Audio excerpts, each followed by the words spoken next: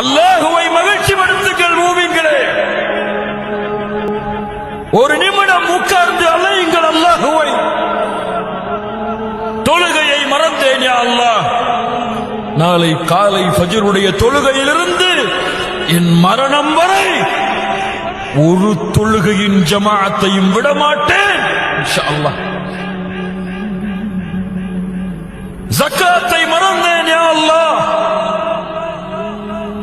இன்றைய தினத்தில் நான் விட்ட ஜகாத்தை கணக்கிட்டு வருடம் வருடம் நிறைவேற்றுகிறேன் யா அல்லாஹ்.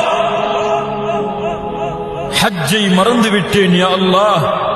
அடுத்த ஹஜ்ஜுடைய ஆண்டு வரும் பொழுது ஹஜ்ஜை நிறைவேற்றுகிறேன்.